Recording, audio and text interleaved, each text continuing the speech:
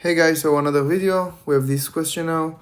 The following probability density function, this one, okay, for the random variable x.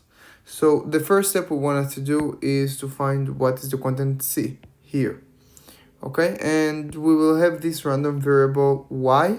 This will be more relevant for the other sections. So first, what is c? So as we know it also from the other exercise, but in case you just think this for the first time, we have the integral of f of x have to be equal to y between minus infinity to infinity.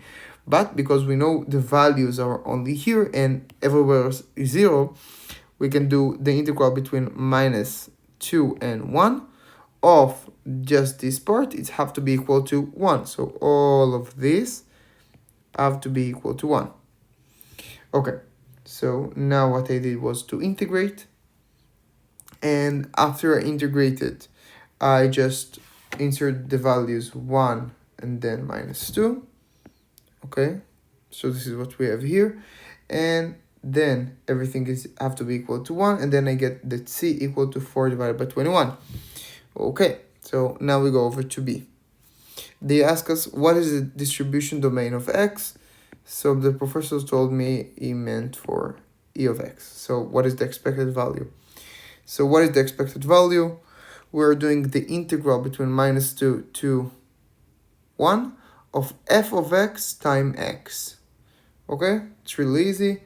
So we're doing the same thing. We know the constancy, but I just like to put it in the end all the time because it's just a constant, so you just multiply in the end.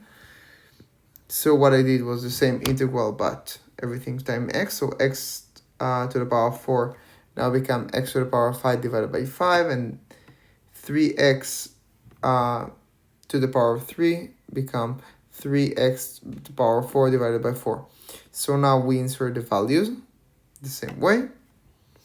And then we get that the expected value is 31 divided by 35, but in negative. So it's negative 31 divided by 35.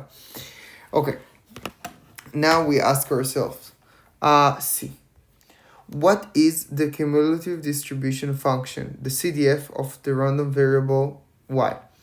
So what we have to do is to first split it into areas. So when we ask of something that is less than 0, okay, it's gonna be 0. Why? Because they defined that y is x squared. So when you ask y, which is x squared, which is less than 0, okay, it have to be 0.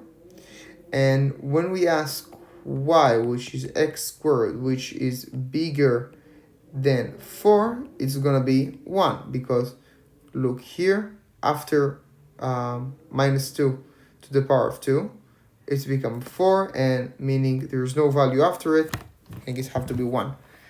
So the interesting parts will be between minus 2 to minus 1 and minus 1 to 1. Okay?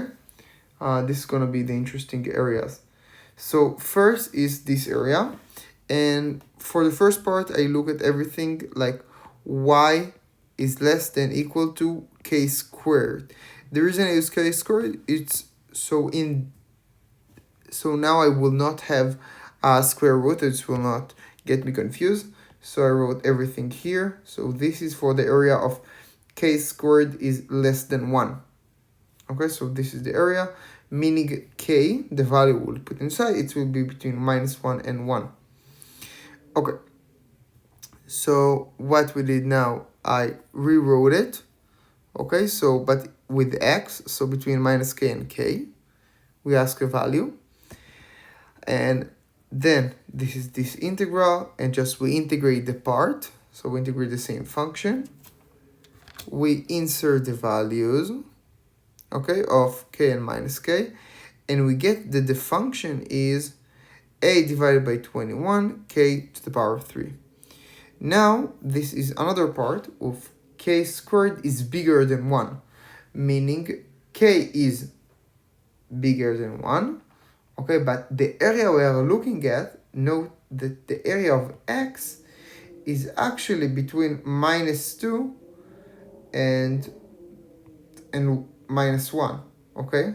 Because the function is not positive in this area. So when k is bigger than 1, okay, there is 0 in the x-axis here, in the y-axis. Sorry, got confused.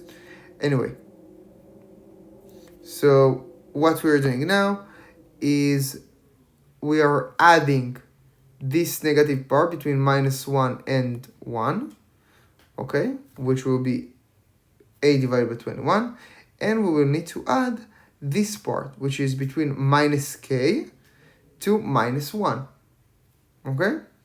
So between minus k and minus 1, so we add also the negative part. Now, I add this as a constant. Now we integrate as we already know how to integrate. And we get this part, we put the variables inside, and then you get this really long equation. And after some simplifications, eventually we get this one. Okay, it's 1 divided by 21, and 5 plus 4 to the times k to the power 3 minus k to the power 4. Then when I put everything here, okay, this is what we get. So when we ask for k squared, which is less than 1, we get less than 0, we get 0. When we ask for k squared, which is less than 1, with this probability as cumulative density function. And when we ask for k squared, which is between 4 and 1, we have this function. And when we ask for k, it's supposed to be k.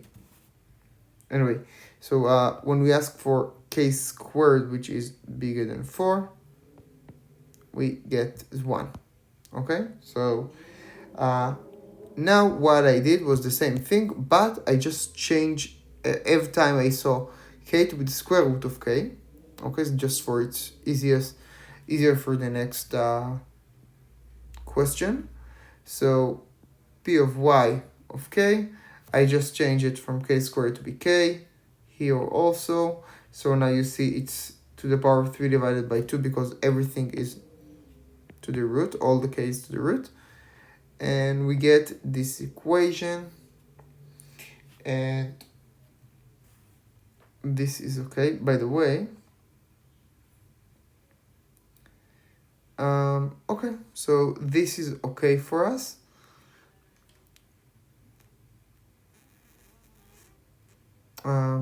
What I thought is if to explain you these areas, but I don't really see why, because I guess you already understand it.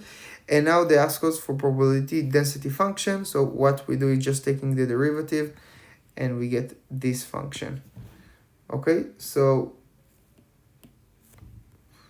this derivative is 0, this derivative is 0, and only this and this can be derivate. So easy peasy, lemon squeezy. Hope you like this video. Please share this video, and until next time, I'm out.